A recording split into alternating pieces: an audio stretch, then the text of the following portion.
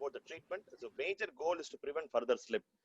So evlo slip agudo, we cannot allow further slip, and to enhance the physeal closure. If the physeal closure happens, then the slip will not occur. So try as much as possible to help the physeal closure, and if possible, don't always try to reduce. It's not always possible to reduce the displacement fully. So try to reduce as much of the epiphyseal displacement as possible. That is reduction, something like a reduction.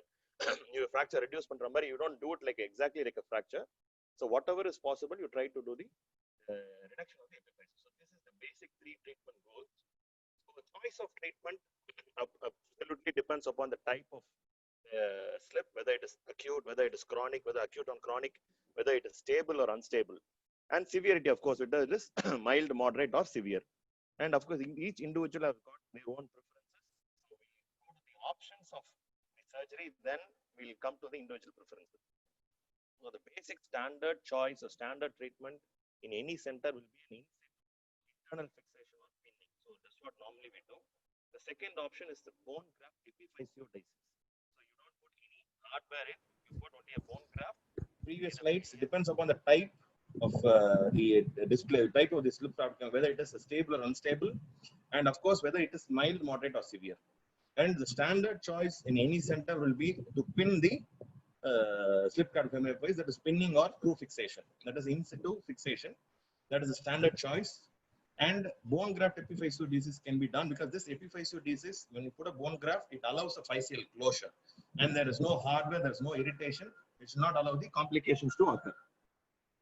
So when you do a bone graft epiphysiodesis, there are 2 major indications. When the slip is very severe, that you're not able to put a pin in, or the pin, you already put a pin, but still there is some displacement. After you put a pin inside, the further displacement still happening, then you can do a bone graft epiphysiodesis. This is the general indications. And of course, the primary osteotomy can be done. The osteotomies can be done at different levels. It can be done at a physeal level. It can be done at a neck level. It can be done at an intertrochanteric level. The primary osteotomy itself, as a treatment of choice, is being done. Though it is not currently preferred, it is being done in different centers. And of course, without doing any surgery, you can apply a spica cast and still manage these patients.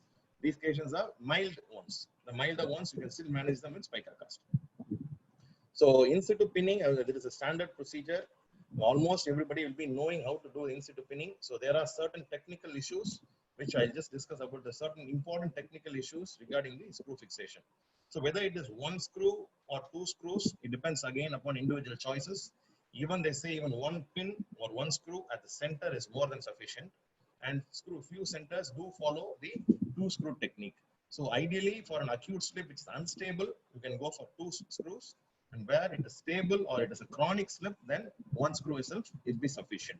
So different hardwares are there. You can put a cannulated screw system, Knowles pin, Hagee pins, reverse cutting threads. So many other things are there.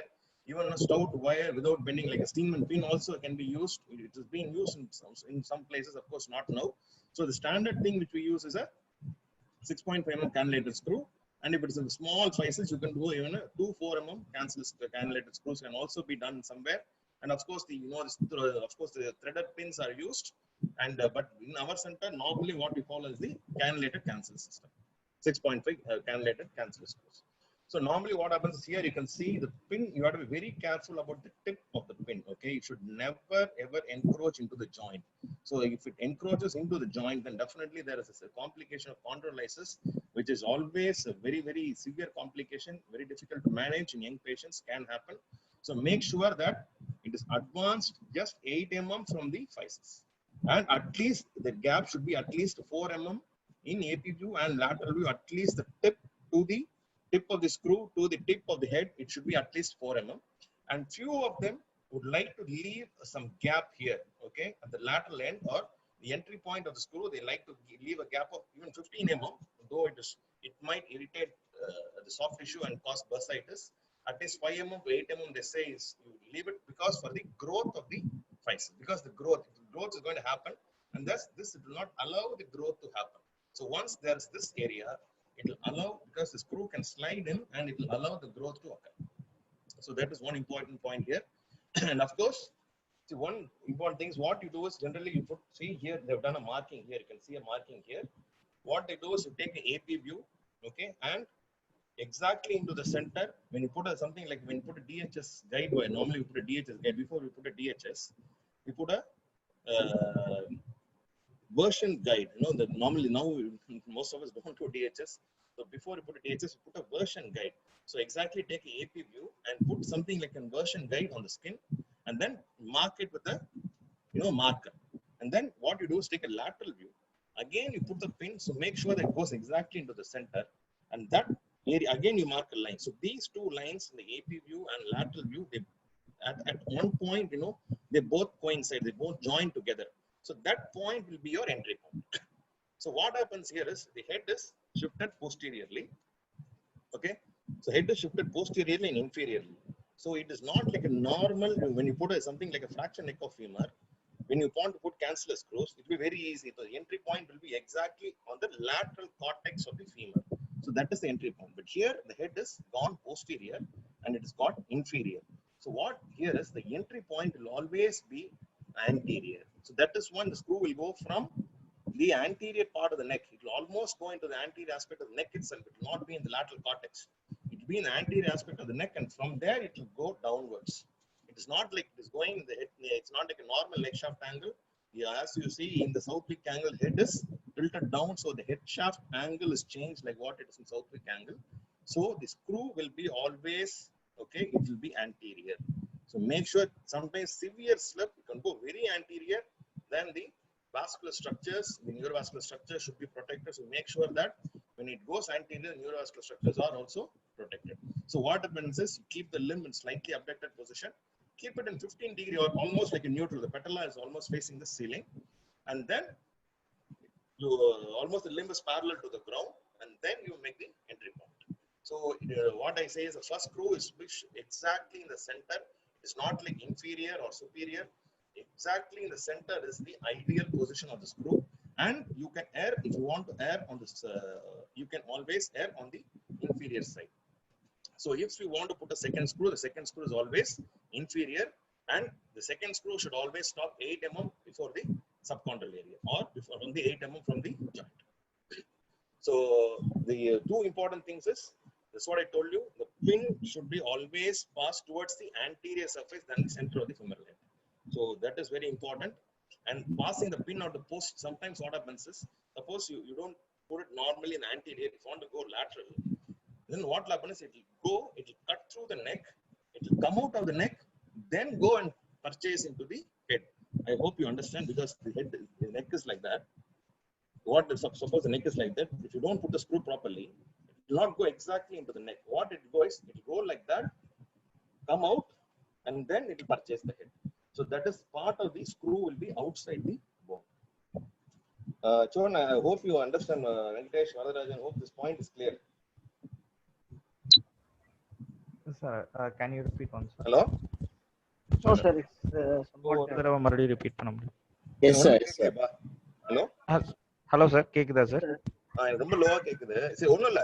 See, screws வந்து normally what happens is, I'm telling you, the head is, it's not like lateral. இந்த பொசிஷன்ல இல்ல, இப்படி இல்ல. Head வந்து இப்படி போயிடுச்சு. So screw வந்து நம்ம இங்க இருந்து இப்படி போட முடியாது. புரியுதா? Screw will come from anterior to posterior. That's what I'm telling. It will be, the screw will placement will always never be lateral. Mostly it will be anterior. The neck வந்து நம்ம பார்க்கிறோம் இல்லையா? So you see the neck profile when you put you imagine you put a screw in the fracture neck of femur. எங்க entry point போடுவீங்க? Lateral, sir. Lateral. Here, because the head is gone down and posterior, the screw should go anterior into the neck. Okay? அப்பதான் அது வந்து நேரா போய் கீழ போய் அந்த ஹெட்ட பிடிக்கும். சப்போஸ் ஹெட் மேல இல்ல இப்போ ஹெட் கீழ போயிடுச்சுல. So lateral வந்து போட்டா என்ன ஆகும்? It will go outside. It will not catch the head. மேல கீழ shift ஆயிடுச்சுல, posterior shift ஆயிடுச்சுல. So the screw cannot be put from lateral. So what I'm telling you, it has to go anterior. Okay? Anterior, the entry point will be very anterior. Sometimes you don't put it proper போடல அப்படினா screw வந்து என்ன பண்ணுனா போயிட்டு bone விட்டு வெளியில வந்து திரும்பி கீழ போய் neck பிடிக்கும், அந்த ஹெட்ட பிடிக்கும். அந்த மாதிரி இருந்துச்சுனா screw will break and there's always a possibility of loosening. So the entry point is the very key factor here. I think that entry point is marked very, very clearly. And once you put a pin, so what you do is, it's a stable one, you put them in crutches and ask them to do touch weight bearing in 2 to 3 weeks. or if it is unstable one, it is 6 to 8 weeks. So till the physis is closed, you make sure that they don't involve in any sporting or heavy activities. So complications of complications of screw fixation, I told you, is one is pin penetration, joint sepsis, localized acetabular erosion if you want to put a pin inside, synovitis, and this pin penetration cause a very, very serious condition or very severe complication called chondrolysis, where the entire cartilage gets necrosed, the cartilage gets damaged, and the patient has got something like an arthritis. It's very, very severe pain. The pain will be very severe. I'll deal with chondrolysis little later. And of course, if it is not in proper position, a late osteoarthritis also can set in. So about the prophylactic pinning, which already I think we had a little bit of discussion yesterday. As I told you, different books give different statistics. Few books say it is 17 to 25%. Few books say it is up to 85%. So till 85%, there's a chance of bilateral involvement. So if the symptomatic slipping is seen 12.5% on average, and asymptomatic slipping is even 40%. So in 88%, most of the time, within 1.5 years of the first slip, or almost 80 to 90%, the second slip will happen. So that's 1.5 years time. More than 1.5 years, normally the slip will not occur. So see, obviously I told you, if you always there is a doubt whether you want to do a prophylactic pinning or not, you can do it at the first attempt, the first time itself when you see the affected side. If you feel the opposite side is also going to slip, you just go ahead and do the prophylactic pinning. Or you can always discuss with the patient, tell them not to get involved in very severe activities, and keep following them every 3 months. Take an X-ray every 3 months. If you feel, or if they have any symptoms, you can always ask them to come back if there is a symptom on the opposite side. Or if you feel after 3 months you take an X-ray, if there is increase in the Southwick angle, then definitely you can go in for prophylactic pinning. And I said about bone peg epiphysiodesis. So these two indications is chronic slips, it keeps on displacing. So you see a time when it gets displaced to a particular point of time and then keeps displacing a lot, okay, or very fast. Then you go and do a bone plug epiphysiodesis. Sometimes the screw will not be, that's what I'm telling you, you will not be able to put a screw from that anterior into the head. So you'll not be able to get it. And you need a quick physeal closure also. And after pinning, once even you pinned it, but you feel the fixation is not strong enough, it is still further, it has started displacing, then you can always do a bone peg epiphysiodesis. So this one is to avoid hardware related complications like chondrolysis, but obviously the blood loss will be more, the operating time is more, longer rehabilitation, everything is happening. So here you can see the picture of bone epiphysiodesis. Okay, it is usually done in the anterior or lateral approach. Preferably they do an anterior approach, but now of course the GANS approach has come. So most of the centers, they don't do this procedure at all. But now GANS approach is being taken up for this bone graft epiphysiodesis. So you make a capsular incision, you make a window in the anterior aspect of the neck. Here you make a window here, okay, and then you take pegs of graft from the iliac crest. Okay, what you do is you just ream it. You take a window, you ream into the head, you ream into the neck, into the head, and then plug the bone graft inside. So it can be either a tricortical graft or even a corticocancellous graft on the iliac crest. I think it would be more ideal. Like you take a shaft, you take like pegs like this, pegs of bone graft, and then you plug it in. Same, the post-op protocol will be almost the same. In acute slip, it will be normally you put a spica. If it's a younger child, normally you put a spica for 6 weeks. If it's chronic slip, then you give bed rest for 2 to 4 days, and then you can ambulate them a little faster. So weight bearing will be approximately in 10 weeks. So the other option is, I told you, the osteotomy. So the one first is in situ pinning.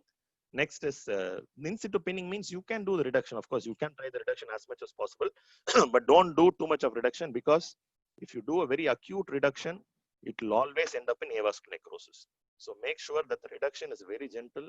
You don't try too much of reduction, even if it is an acute case. Whatever it is, you try to accept it. Okay, now don't try to get a normal reduction. That will never happen. If you do a normal reduction, then you have to give more force, and always the possibility of AVN is very, very high. So the other option is the bone peg epiphysiodesis, which I've discussed, and the other option is osteotomies. Osteotomies, I will not go into too detail because we have a separate session of 2 or 3 classes for osteotomy where it will be taken in very, very detail. So the osteotomies can be done in 3 levels.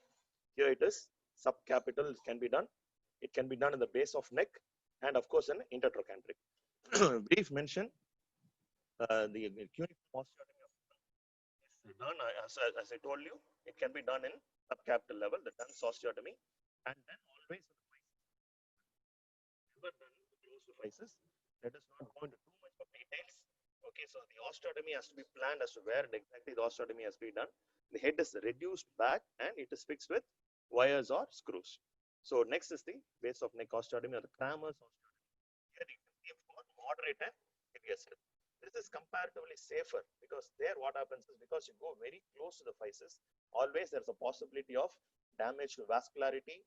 The physis also gets damaged, and always this kind of problem of vascularity is always there. So the chance of avascular necrosis is very high in case of Dunn's osteotomy.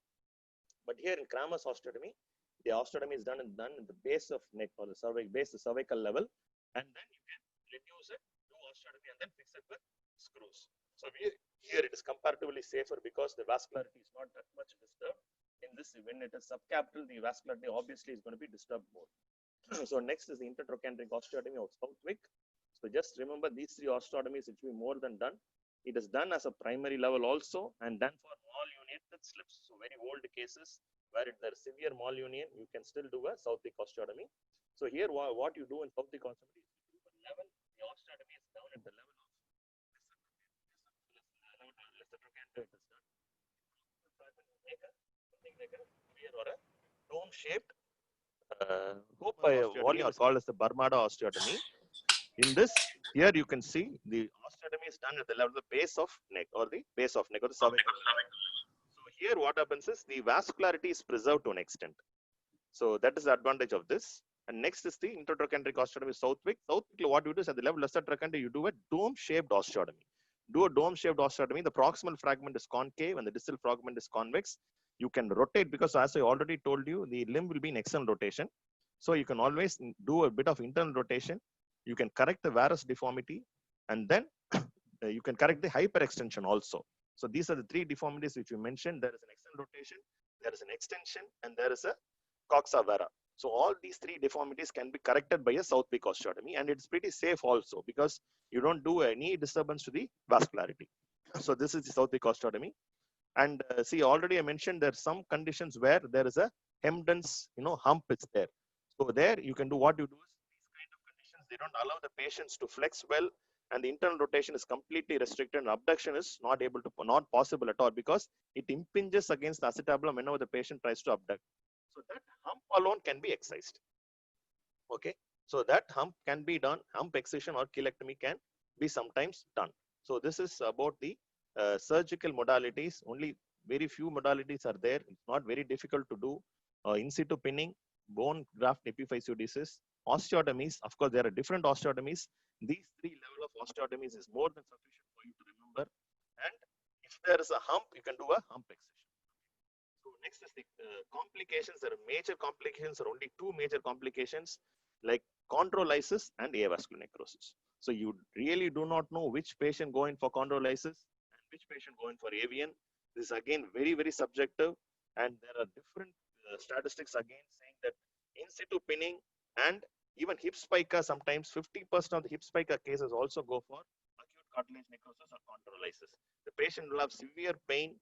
The pain will be very severe in the joint. The movements will be severely restricted, and it happens 6 weeks to 4 months after treatment. After your surgery, after you do your pinning, or even after spica cast, it happens not immediately because it takes time for the cartilage to necrose, and all the movements will be severely painful. Okay, and chondrolysis, of course, the natural history is normally it should settle down between 6 to 12 months or up to 3 years. Also, there are a lot of conditions where up to 3 years also the chondrolysis is still happening, but after 3 years or after 12 months, it does improve. But if it does not improve, then there's no other choice than doing a arthrodesis or total hip replacement. Of course, arthrodesis, nobody does arthrodesis nowadays.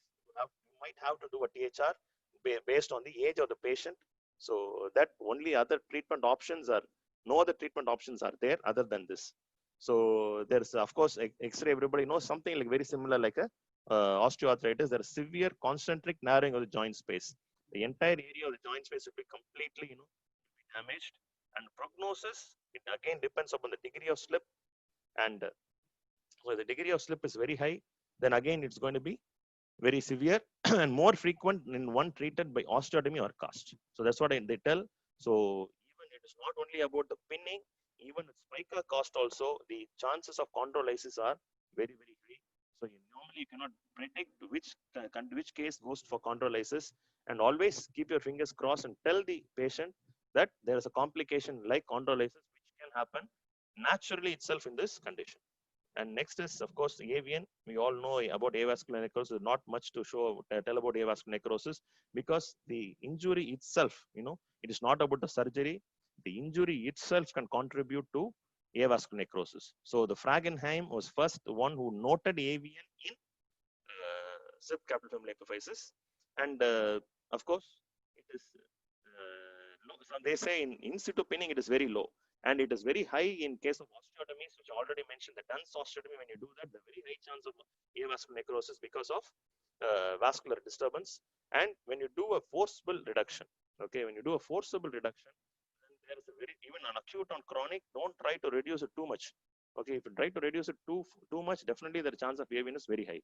So, and when you do a osteotomy, when you do open sometimes, then again the osteotomy is a problem, because when you do an anterior or lateral approach, the chance of disturbance to vascularity is very high, and they also can go for avascular necrosis. So that's I already told you. The lateral epiphyseal may be damaged directly by tearing of the periosteum of an acute displacement. And symptoms, of course, we know there is pain, there is deformity, there is loss of motion, and most often it develops within 1 year. Okay, within a year of slip, you can almost the avian can be very clearly seen. And treatment, almost everybody knows what the treatment is. Okay, once you develop a avascular necrosis, again it is a debilitating condition. Based on the age, you can do, if it is sometimes happens only the partial or segmental area of the neck alone gets necrosed, or avascular necrosis of segmental area can happen. That normally will revascularize. So you wait and see whether the revascularization occurs. And the following, the treatment options are very simple.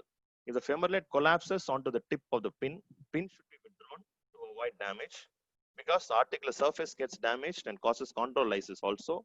And the pin can be removed and a epiphysiodesis can be done. So when the epiphysiodesis is done, you can always do a revascularization with a fibrillar graft. Sometimes a vascularized fibrillar graft can be done if it is a young patient, and patient is advised to do toe touch weight bearing and till the revascularization occurs. So in severe conditions where even when the head gets collapsed completely, then there is no option. You cannot do a revascularization. In those conditions, you might have to do a arthroplasty or a arthrodesis. So this is one condition where the head is completely flattened. Then there is no option of going back and doing a revascularization in this case. So this is about the treatment modalities. So is there any doubt in the treatment modalities, or shall we go to the GANS approach? The GANS approach is not too complicated. I'll finish very fast. So how to define the entry point in the skin, so which you explained, I didn't understand, sir. Yeah. I think there's a problem in the audio, so I'll just go back to my slide 1 second. Don't get too complicated on that. Okay. Here Okay, you can sir. see two pictures. Inga rendu picture theriyudilla. Yes, sir. Yes, sir. You can see my cursor, right? Yes, sir. So knee fracture neck of femur la, like how you put a screw. Just imagine like that. Okay. So you take an AP view, and you can see inga oru wire theriyudilla. The AP view la wire theriyudilla. Yes, sir. So just keep the wire outside. Okay. Just Okay, like sir. when you want to put it in the center, just keep it outside. And the wire theriyudilla, and the wire over mark paniko. Just make a marker. Take a marker Sure, and sir. mark that wire. Okay. Okay, Similarly, see the picture down here. Can you see? Can you see Yes, a sir. picture here? Yes, sir. It's a lateral view. Okay, lateral view also, we want the wire to go into the center of the head. Okay, sir. lateral view la ஒரு wire வச்சிரு. Okay, So sir. இந்த ரெண்டு wire ஒரு இடத்துல meet ஆகும்ல, Yes, sir. அதுதான் Okay. entry point. Yeah, okay, sir. புரியுது? Got it, That is the entry point. Okay. So Okay, here sir. what happens is the head is not In the lateral, it is not in the lateral portion. It is posterior. Posterior. So Okay, நீ sir. lateral அந்த entry போட்டு neck வழியா போச்சு அப்படின்னா neck வழியா வெளியில வந்து jointல தான் போகும். Because அங்க head கிடையாது. Yes, sir. Yes. Okay, sir. Imagine a subcapital femoral neck fracture. Okay. Yes, sir. That femoral neck fracture is down now. The femoral head is down. It is posterior and it is below. So நீ lateral Okay, அந்த போட்டினா it will go into the joint. You will not go into the head. So இப்போ எப்படி how to do that? So what you do is you go anterior and the entry point anterior and superior வரும். Okay, sir. Normal oda it will be higher and it will be anterior. Anga irundhu you have to direct the screw downward and posterior. Okay. Posterior and inferior. Posterior and downward. Yeah, posterior and inferior. Okay, Only sir. then so it depends upon what is the amount of slip. If the slip is severe, it's going to go very down, then it will be very, very anterior and very, very superior. Superior. Okay, sir. Purida. So if Yes, it is sir, not, yes. if it is not that much, then it will be slightly anterior and superior. Avladha. Okay, sir. Hope this point is clear. Avladha. There's not very complicated things. Either repeated when you do that, you will understand. Okay. Okay, okay, sir. So shall I finish off the Thank you, sir. shall I finish off the GANS approach also, because that it's not too complicated. I'll finish off. Hello? Hello? Hello. Yeah. Sir. Ah. Is there any possibility to reduce, sir? Usually, in situ fixation. Yeah. See, that's what I'm telling you. See, reduction should be very gentle. Okay. You don't try to get a perfect reduction. Don't try to get a perfect reduction. You Okay, try to reduce as much as possible. You try to reduce. Okay. So, close reduction, not open reduction. That's Open reduction. What is the purpose of open reduction? Go for yes, avian. sir. Definitely it will damage. Go for avian. So there's no purpose of open reduction here. Okay. It's not like a fracture neck of femur. It's not something like fracture neck of femur. There will be some deformity which you might have to accept. Okay. So you cannot give 100% in this case. Yes. It's not like that. So if you do that, then you'll end up in more complication, avians, chondrolysis, and other severe complications can occur, which can cause more problem than this slip itself. Okay. Okay, sir. Thank you, sir. Okay. So this is say I just wanted to mention about the GANS approach because it's a very recent approach. It might come in the exam, and people are very fond of asking this GANS approach, especially for slip capital femoral epiphysis. So GANS approach is nothing but a trochanteric flip. I think in many centers they started doing this. It's not a very new approach anymore. So it is done from 2001. That's what they say. It is done from 2011. I think it is done from 2011 from GANS. So it is just a trochanteric flip which causes minimal damage to the musculature. Okay, so one, the muscle, the hip, because we go through anterior approach, you have to cut a lot of muscles. You have to go through the anterior approach, lateral approach, and posterior approach. These are the normal three approaches that we have. Posterior approach, we have to cut the external rotators, so vascularity might get disturbed. When you go through lateral approach, always the gluteus medius gets damaged, and you end up in a Trendelenburg gait, you get a muscle weakness. Okay, so many other things are happening. Anterior approach, again, you have to go through the rectus femoris and tensor fasciae lata. So if you damage a tensor fasciae lata and try to suture it back, there is severe muscular damage. And also they say that even when you go anterior, the vascularity damage is very, very high. So this is what they say. Epstein reported that there is 18% of avian when you go through anterior approach, and 5.8% of avian when you go through posterior approach. So the maintenance of extraosseous blood supply is critical for a successful business, because initially it was introduced for resurfacing, and then it has been taken up for so many other indications. So 2001, I'm sorry, 2011. They have started doing this from 1993 actually. This particular person, Gans, he was doing this approach from 1993, and after almost 8 or 9 years, he published his papers with 213 surgical dislocations for hip debridement, which was very successful, and only no post-op, not even one case developed avascular necrosis 7 years after. So that was the beauty of this approach, and so we all know the Tureta and Harrison for that. There are two blood supplies which I want to show, and of course Dr. Prabhakar is going to take the blood supply in detail tomorrow, so I will not take too much of time in mentioning about the blood supply and all. So here you can see there are two important vessels. One is the medial circumflex femoral vessel and the lateral circumflex femoral vessels. So here it is the lateral circumflex, and here is the medial circumflex. So majority or main blood supply is through the medial circumflex femoral artery, and lateral circumflex femoral artery has got very, very, very minimal blood supply. And so you have to make sure that this medial circumflex femoral artery vessels are preserved for you to have a prevent the AVN and to maintain a proper vascularity when you do a surgical dislocation of the femoral head. So here, just forget about it. So these are the various indications for GANS approach, and of course, slip capital femoral epiphysis. So many other conditions where synovial chondromatosis, when you have to, completely remove the synovium and all the whatever is the damaged thing, you have to.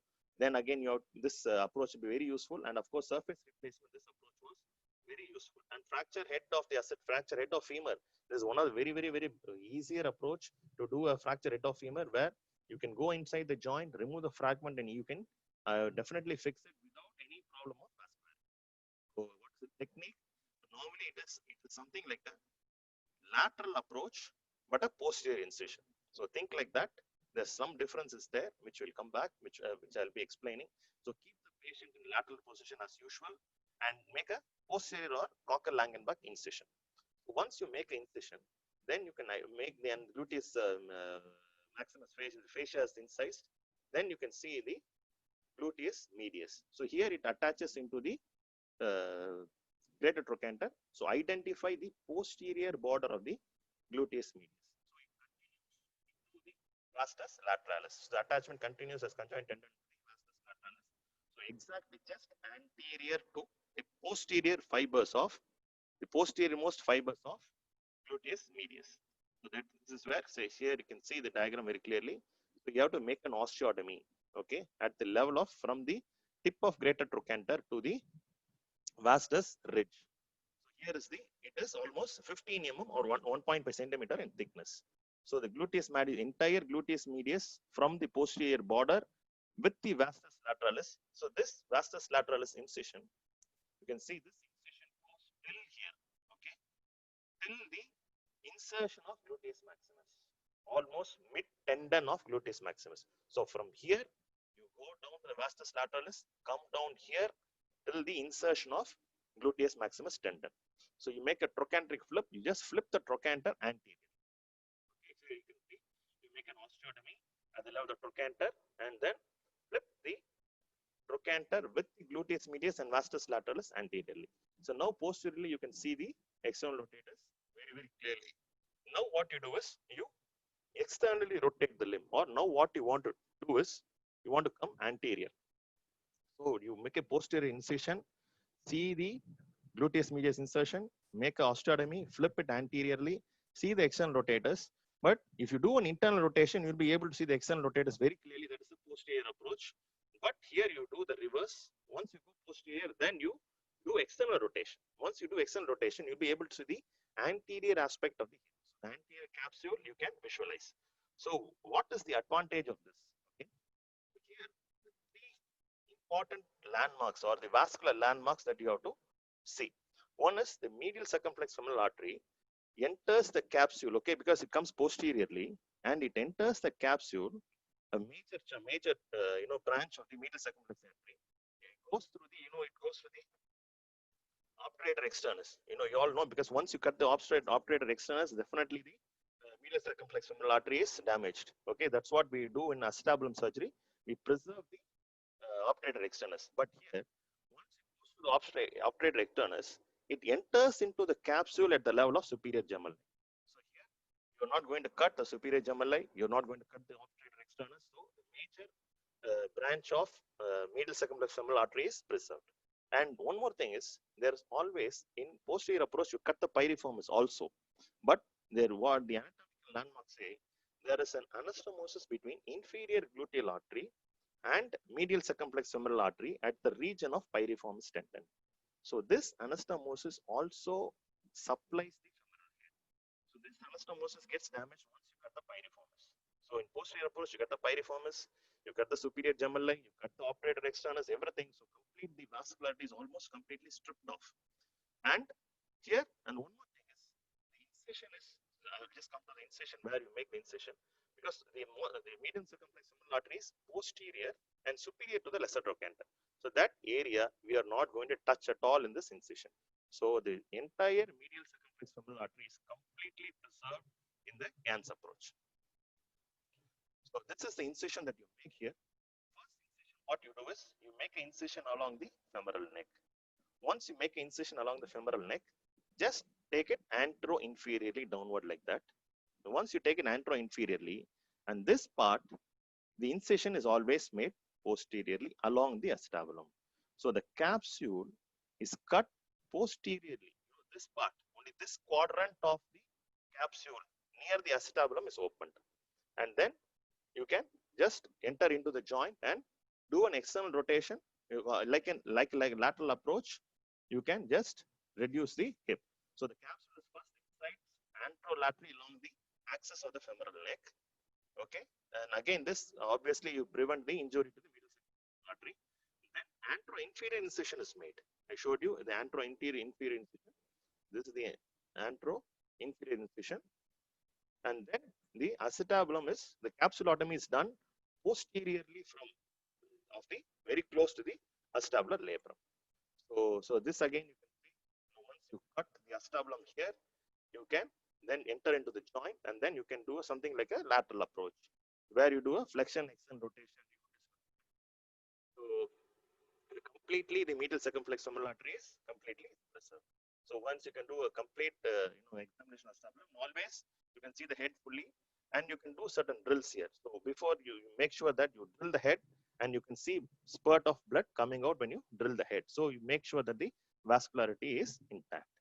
And of course, the other things are not, once you do all this, once you do your procedure, then you can close the osteotomy. You can fix the osteotomy with a 6.5 or even a malleolar screw, or even with a wire it can be fixed. So this is about the GANS approach. So it is a very safe approach. And the advantage is it preserves the blood supply of the femoral head completely. It avoids the risk of avascular necrosis. Is already there in the case of slip capital femoral epiphysis. And it's a muscle sparing, completely muscle sparing, because you don't damage any muscle here at all. It gives excellent exposure, and the incision also need not be very long. So that's about the GANS approach and the treatment part. So don't get too complicated about the treatment part. Treatment part is pretty simple actually. You don't have to really bother about the treatment part. Treatment part is simple. So is there? I think the slip capital femoral epiphysis fairly have covered the entire topic. I think let us not to discuss too much about this, because I think this gives a very clear picture to the postgraduates about how to answer in the exam. And even if it is a theory question, you can definitely go ahead and answer. So is there any question? So, sir, good evening, sir. Dr. Bala, sir. Bala, solang, Bala. Sir, actually, GANS approach is for osteotomy after physeal closure. Yes. It can be done. GANS approach can be done for anything. So any physeal closure. So regarding SIFI, GANS approach is for what? It is for osteotomy. Yeah. Regarding after osteotomy. After physeal closure. Dunce osteotomy can be done before physeal closure. Most of the osteotomies we do only after. GANS osteotomy, what they do is they do a GANS approach, and they try to reduce the hip. Okay. So if it is still possible to reduce, you can do open reduction also. So and somebody Prabha asked whether open reduction has to be done. So conditions where you're not able to get a close reduction, this procedure is being done. Govardhan sir is, in so many other he has explained that you do an open reduction, you reduce the hip, reduce head back, and then you put screws. Okay, sir. Yeah. Thank you, sir. Ramprasad, you want to add something? There is a general question whether the now we are using cannulated cancellous screws instead of this novel spin and other things. So the question usually asked in the exam is whether the threaded portion should be on either side of the physis, or it should cross the physis and it should not engage the physis. That is the common, because in other situations like a fractured neck of femur, we don't bother about physis because it's already fused in adults. Yes. But in children, there is a question now. In neck of femur, again, in TAGGEN, both the versions are given.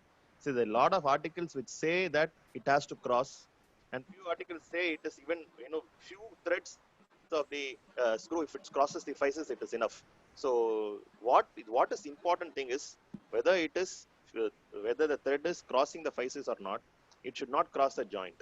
So ensure that the threads are not too long so that it does not cross the joint. Whether it crosses, it crosses a physis completely or not is not a problem. Even if it is partial, it is okay. And we are not For going to do me, any. Yeah. For me, I feel that since we are our treatment itself, if the pinning is not enough and if it is found to be unstable, you said we are going for fusion of the physis, physio disease. So this threaded portion, if it is going to remain on either side of the physis, then this itself will provoke a reaction which will proceed on to fusing the physis in that process. So, two in one. Okay. 2 in 1. I'm not sure about any literature support for this answer, but TACJAN says, what TACJAN will give everything. He says this article is like that, this article is like that, and he will not give a very clear-cut recommendation. But the recommendation is, if it crosses the physis, it is good. But don't try to reduce. There's no point of a reduction screw. It is just a holding screw. That's all. So, but if it is too small, if the threads are not too long enough, and then again it becomes a very unstable fixation. So once it crosses the physis and goes to the opposite side, the fixation is a little stronger. So make sure it crosses the physis. But the only thing is, it should not cross the joint. Other than, I think that is more important. Even when you put a guide wire, they say guide wire itself should not cross and hit the acetabulum. Sometimes நம்ம guide wire வந்து நம்ம engage பண்ணுவோம், acetabulum put engage பண்ணுவோம். Even DHS and all, we've seen that it crosses and you transfix the acetabulum. That thing is not at all allowed here. Even the guide wire should not cross the head. And screws, of course, if it crosses the physis and stays 4 mm below the head level in APN lateral view, that is where you have to stop. Don't bother whether it is crossing the physis or completely crossing the physis or whether at the level of the physis. Don't worry. Given the fact that there is only a negligible growth at the level of capital femoral epiphysis and that physis region, yes. It is not a big crime to fuse that physis in the process of fixation. Yeah, the treatment goal itself is that you have to prevent further slipping and aim at fusion of the physis.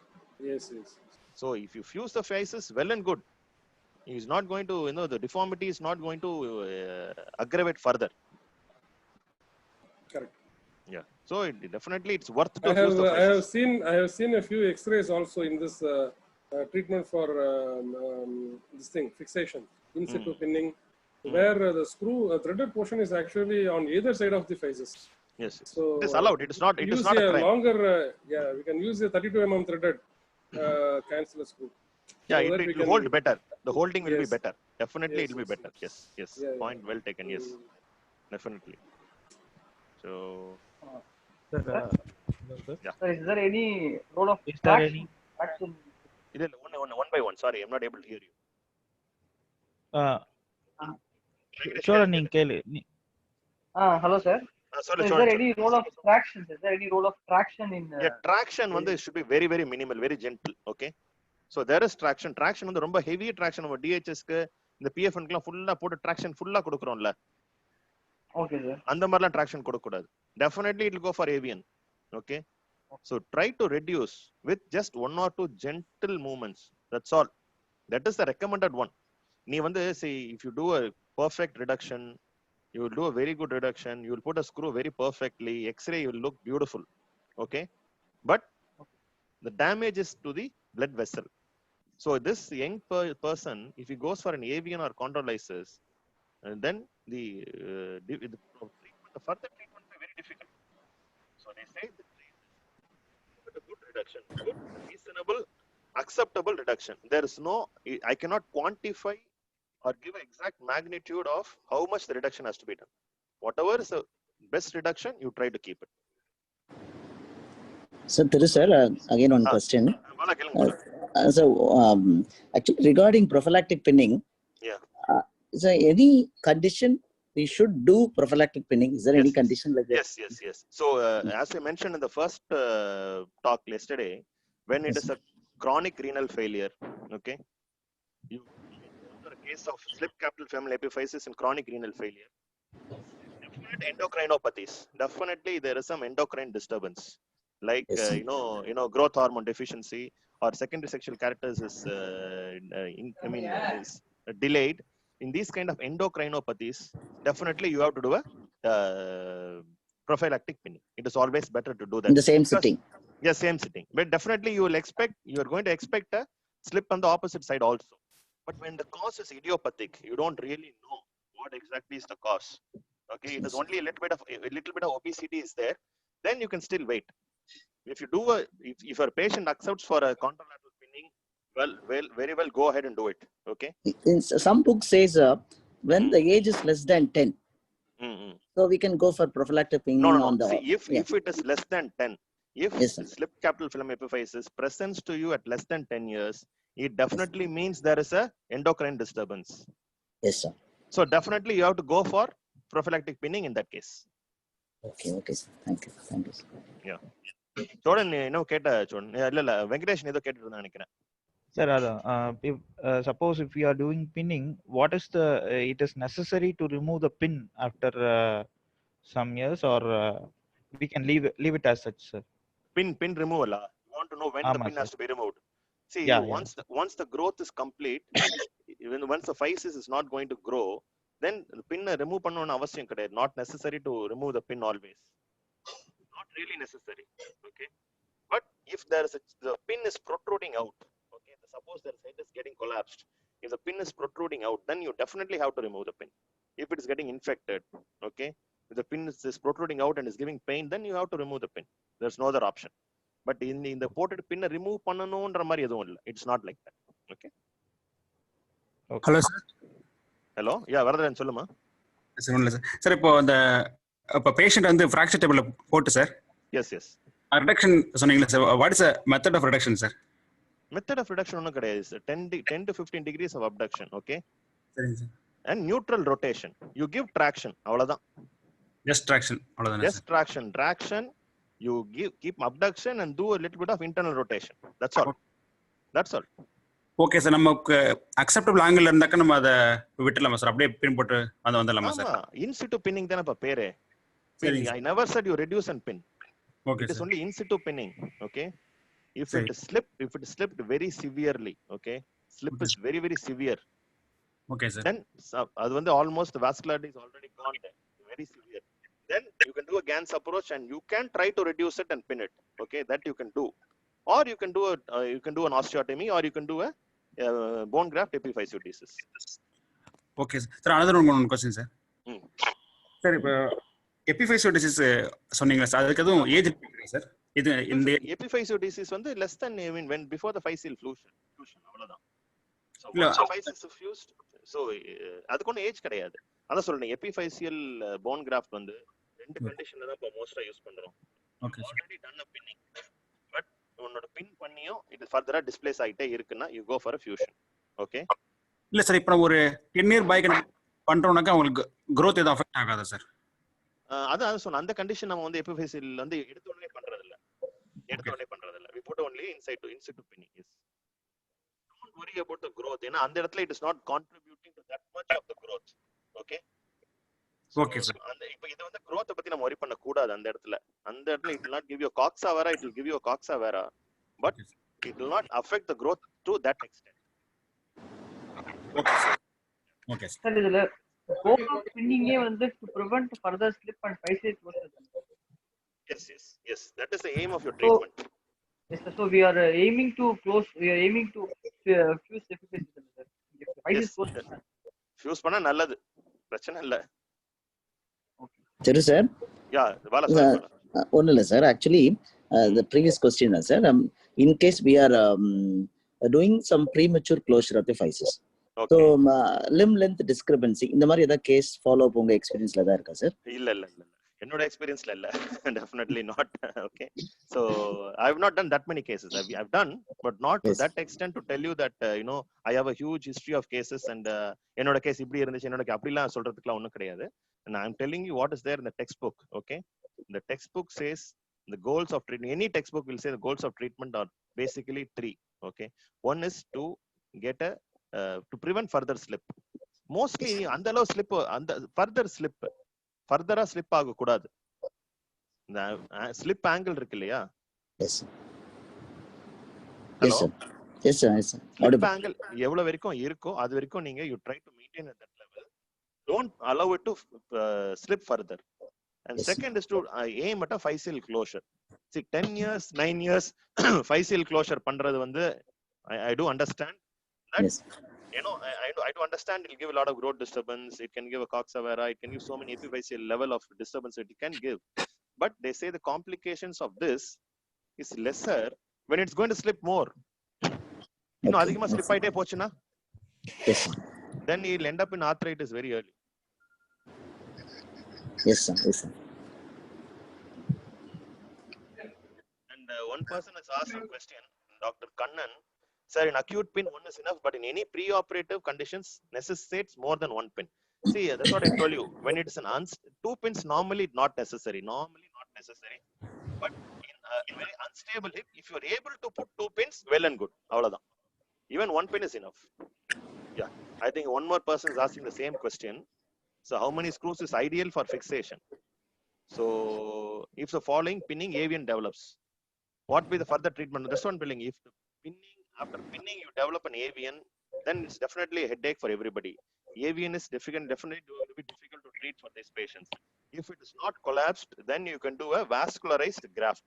Okay, but if it has collapsed, then you wait for some more time for the arthritis to completely develop.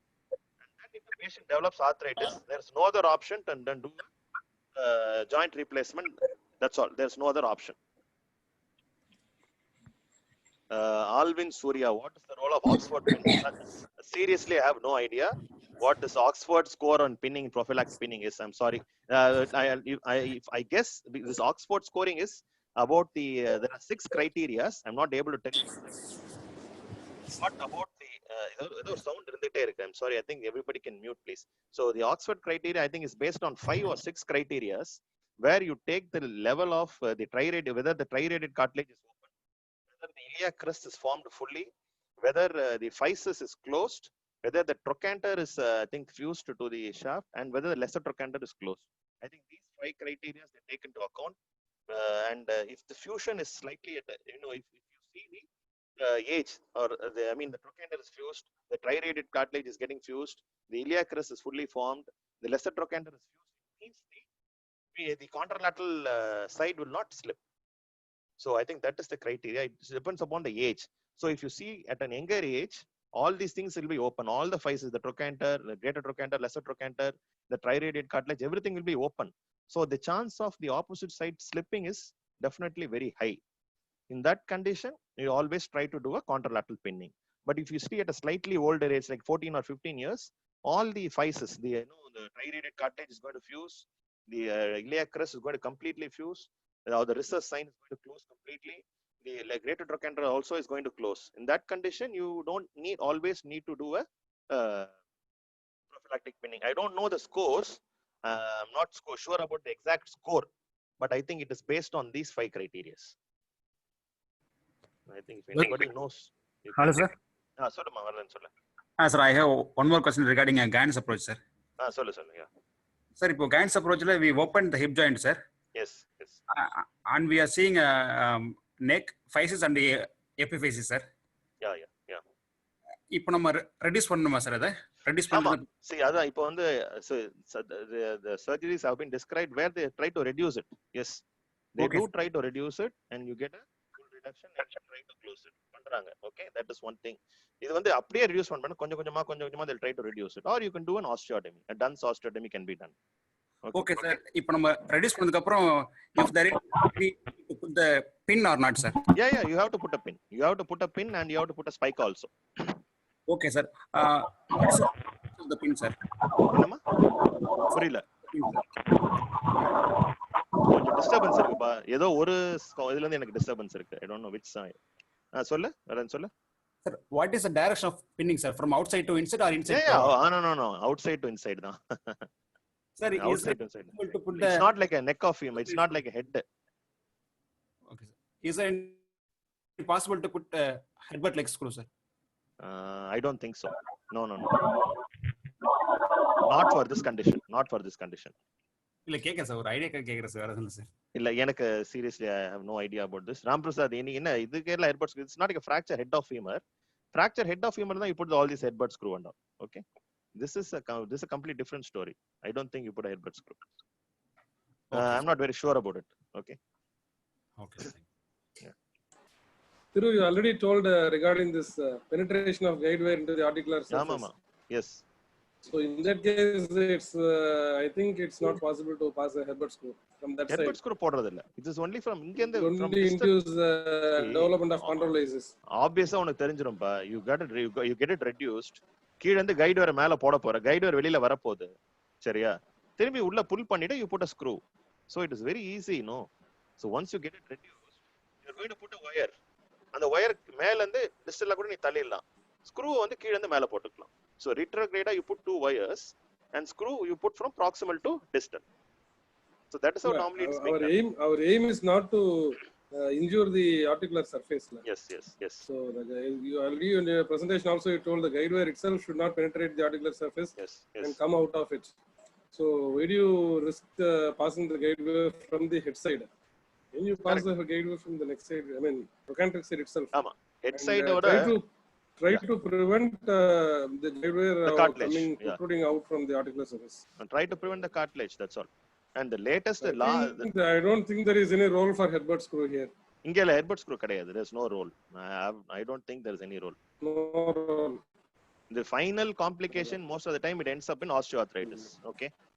So and the natural course of the disease I have not told you. Natural course of the disease, most of them do well. Most of them do well. Whether as per book, if it is a mild slip, you don't have to do anything. Patient himself will be comfortable. After some time, he will be able to do all this work normally without any intervention. The cases where you intervene, you put an in situ pinning, you reduce to from moderate to mild or from severe to moderate, most of them do well. Only conditions where it is neglected, it is a very chronic, condition where it keeps on slipping to very severe level. These patients, they end up in chronic arthritis or osteoarthritis. That it takes a very long time. Something like a Perthes, the osteoarthritis will not develop very soon. It takes a very long time. Maybe at the age of 30 to 40 years, you develop osteoarthritis, and then you can go in for if it goes for osteoarthritis, obviously the only option is a joint replacement. Okay, sir. Thank you, sir. Okay. So. And Thiru, did you go through that last time yesterday you were talking Billings. about axillary crutch? அது வேண்டாம். Axillary crutch use பண்ணும்போது whether patient is having pain, whether it is stable or unstable as the discussion வந்துச்சு. If the patient is able to bear weight with crutches, then it is stable. If it's not able to bear weight even with crutches, then it is unstable. If he is able to bear weight with the crutches, then it is stable. Okay. If it's not able to bear weight even with crutches, it is unstable. Sure. So crutches வச்சு நடந்தா கூட stable தான். You better take it as stable one. Yeah. So it is not a very difficult topic. That's what I'm telling you. It is not a very difficult diagnosis, but so many, even after this, you have so many questions. The examiner will also, will keep on, asking a lot of, nagging you with a lot of questions. So don't think your patient is endocrine to slip. I have no idea. Seriously, no idea. I don't think that's a difficult status for me to tell. So most often with secondary sexual characters, not everybody developed a slip capillary. They are definitely prone. Their endocrinopathies, especially delayed secondary sexual characters, when there is a low testosterone, definitely low thyroid, definitely they're highly prone for slip capillary epiphysis. But how many of the percentage of these endocrinopathies end up in slip capillary epiphysis? I'm sorry, I don't know. Maybe I think you have to go and refer. I'll also do the reference. I'm not very sure about that. Okay, sir. Thank you, sir.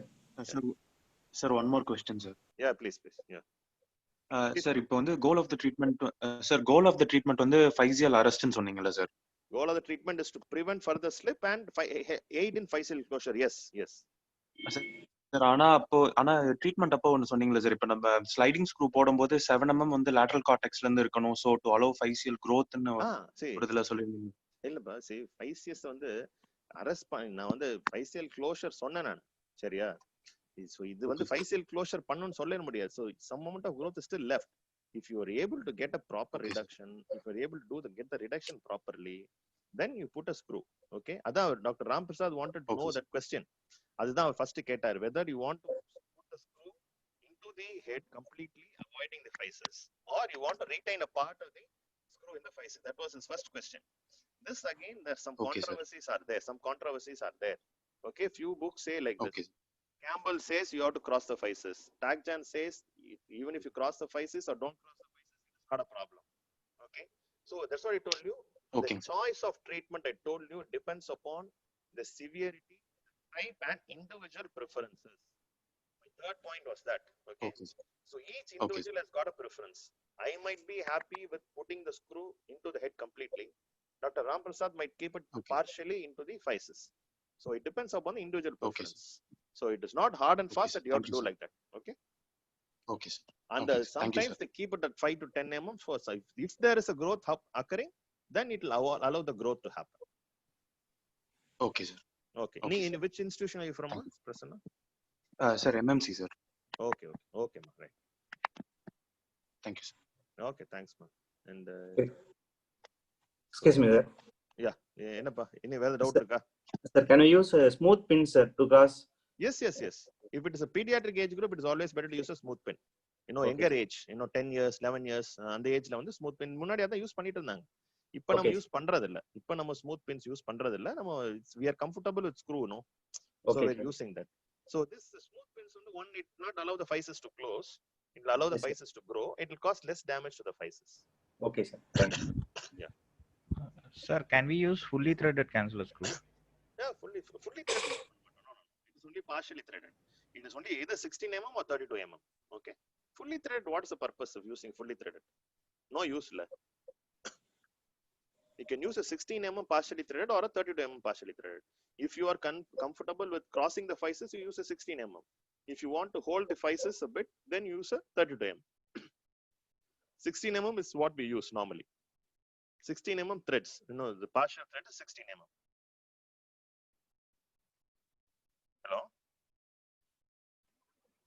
Hello? Sure, நடுவுல கொஞ்சம் அந்த audio disturbance இருக்கு, என்னன்னு தெரியல. So if there are no more questions, hope Hello? Venkatesh, என்ன சொல்லு? பிரபா சொல்லுமா? Sir, one point I want to highlight, sir. Suppose before sir, is it audible, sir? Yeah, சொல்லுமா?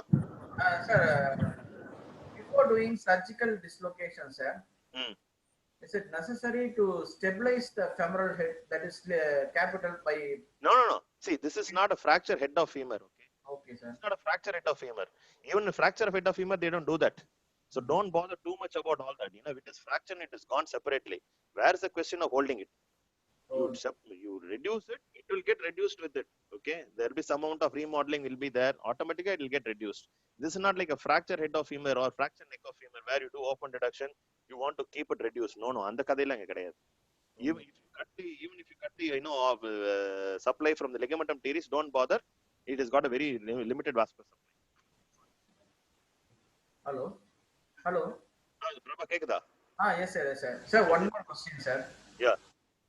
Sir, one textbook told while doing open reduction to remove the callus, that is posterior and medial callus, or after doing that, you just put the wires from in a retrograde manner, then put a antegrade screw. That's what I told. பண்ணலாம். That's what I told. Can be done retrograde. Yeah, wire வந்து அங்க இருந்து இங்க போட்டுட்டு கீழ இருந்து screw மேல போட்டுறலாம். That's what I mentioned. Yeah. Sir, அதுல தான் ஒன்னு போட்டுதாங்க sir. Prophylactica you have to stabilize ன்னு போட்டுதாங்க. Yeah, you have to stabilize. Once you reduce, you have to stabilize, or it's going to slip again. No, so you sir, have to stabilize. For dislocation சொல்லிருந்தாங்க sir. அதுதான் just for எனக்கு அதுதான் just. Yeah, I don't think it is practically possible. Okay, sir. Sir, when do you allow for touchdown weight bearing after pinning? If it's a stable one, 2 to 3 weeks you can allow. If it is unstable one, you have to keep it for 6 weeks. Only after 6 weeks, then you can allow toe touch weight bearing, then partial weight bearing. At the end of around 12 weeks or 3 months, then you can allow complete weight bearing. Send investigation of choice to assess that union. Shall we go with CT, because CT is? Yes, definitely CT will be very helpful. Post-operatively, CT is helpful. It will affect the growth. No. whether the physis is completely fused, CT is the best test. Okay, you time your CT when you want to do that. You cannot be doing it every week. You have a doubt that physis is fused. Maybe you take a call at 3 weeks, 3 months, or 6 months. Make sure that once you take a CT, you make sure that you take a call at the appropriate time when to do a CT to find out whether physis is fused. You cannot do it immediately after 1 month. 1 month surgery, 1 month you want to do a CT, then there's no purpose. But CT will help you to find out whether the screw is protruding out or not. Sir, one more thing, sir. Bone scan and CT, which is good, sir? CT, obviously CT. Look, regarding the hazardous that is affecting the physis growth. No. CT will definitely give you an idea. Bone scan and all is to show whether there is an avian or whether there is a chondrolysis. Bone scan might be helpful because bone scan in chondrolysis will give a increased uptake. In avian will give a less uptake. Okay. But it will not help you to say whether the physis is fused or not. Physis fusion, you have to see only CT. Oh, okay, sir. Yeah. So CT means you have to take later, 3 months later, like that. Okay. Yes. Okay, sir. Thank you, sir. Yeah. Sir, one more. Please, Kilma. Sir, one more question, sir. Sir, you said if we are deciding for pinning in situ, sir, without close detection, and you said there is a chances if we are if we not directing from anterior to posterior, there is a chance you said that pin might go for anterior, and then it will enter to the head. So in case if we did wrongly intraoperatively, but in CM, how can we identify, sir, if we are in position or not? Is it possible? Yes. See, is it possible to see intraoperatively, or we can only see later the procedure? Actually, it's a good question. So there are two methods of doing in situ pinning. One is to do it in a fracture table that we are all convenient. Okay. The other is to do it in a radio opaque table without fracture table. Without fracture table. Okay. Something like நம்ம DHS fracture table போடாம கால் நீட்டிட்டு பண்ணுவோம்ல அந்த மாதிரி பண்ண சொல்றோம். So there is another method if you're not confident, because you're going to take a lateral view. ஒரு lateral view 90 degrees எடுக்கிற என்ன இருக்கு, அந்த காலை அப்டக்ட் பண்ணிட்டு இந்த கால 90 degreesல நீ lateral view எடுக்கிற, 65 degreesல எடுக்கிற, அப்புறம் AP view எடுக்கிற. So most of the time you will not miss. But still you have a doubt, then what you can do is intraoperatively you can remove the fracture table, do all the movements and see. Okay, sir. You keep the hip in flexion, then you abduct the hip to 65 degrees and then check like taking a Billings view, and then you see whether the screw has penetrated the hip or whether the screw is in proper position. Okay, so at least it's not a very junior surgeon cannot do this. So senior only can do this. So they'll have each one have own technique to find out whether the screw is penetrated or not properly. Okay, sir. Even then you can make mistakes. Okay, sir. So if there are no more doubts, I think